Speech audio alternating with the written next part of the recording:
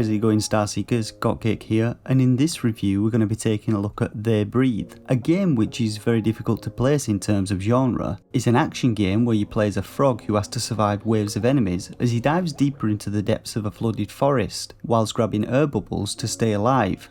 Now I have to say right off the bat that this review is going to contain a few spoilers, there's no getting away from it, because half of the game's challenge and enjoyment comes out of learning how to deal with each enemy. You're given no instructions on this and just have to work things out as you go. So if you're wanting to play the game and don't want spoilers, you can click the timestamp in the description to skip forward to my summarised thoughts on the game and my ratings of it.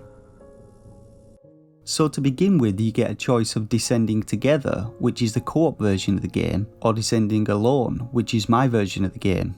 Following this selection, we see our lonely froggy sitting on a log, and we can hit the A button to begin our descent. Now the game's controls are simple. You move with the left analog stick and you can press A to boost. And as we get started, we see air bubbles rising which we can suck up to maintain our oxygen supply. We're then introduced to our first froggy, who we can either save by filling him up with air bubbles, in which case he swims away happily, or we can be an horrible bastard and let him drown by knocking him out of the way of air bubbles, which takes a little longer. Next we encounter our first enemy, a cow-like creature who chases us around the screen and electrifies us if we swim into it. Being electrified too many times puts us into a critical state which we can recover from providing we grab an air bubble, but if we fail to do so and another enemy gets us, then we get dragged down into the depths and have to start the wave all over again. Now the core game mechanics all revolve around oxygen, and defeating each enemy we encounter requires us to understand how they react to our frog and the oxygen bubbles. These first cows are rather simple-minded and they favour chasing us over maintaining their oxygen supply. Defeating them requires us to starve them of oxygen, which is a relatively simple process of kiting them round. The groans they let out slowly grow higher in pitch, and eventually they give up the ghost and sink. Following the death of all the enemies in the wave, we then descend further and the next enemy wave will begin. Now there are two main types of enemies in the game. We have the jellyfish-like creatures and the cow creatures, each of which requires a different strategy to defeat, and if a cow creature collides with the jellyfish, then its head's transferred across and they swap roles. Now some waves start you with only a couple of enemies, but also include a couple of frogs for you to save. Enemies will also target these frogs, and if one gets snatched, then you need to focus on charging into that enemy to free the frog. Failing to do so will result in it being taken down below, after which it will return as a fast moving cow creature, which makes surviving waves even more difficult. One strategy I used was to ram frogs off screen, but you have to keep watching for them returning and repeat the process to keep them safe. So this generally covers the core gameplay loop in They Breathe. We encounter waves of enemies, destroy them all, then descend further. The further you descend, the harder the waves get, as more and more enemies appear each wave, and you'll eventually make it to the bottom of the forest to discover what lies there.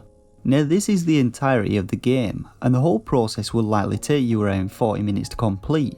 And if I'm being honest, my playthrough of the game left me scratching my head a little, wondering if I'd missed the point of it all.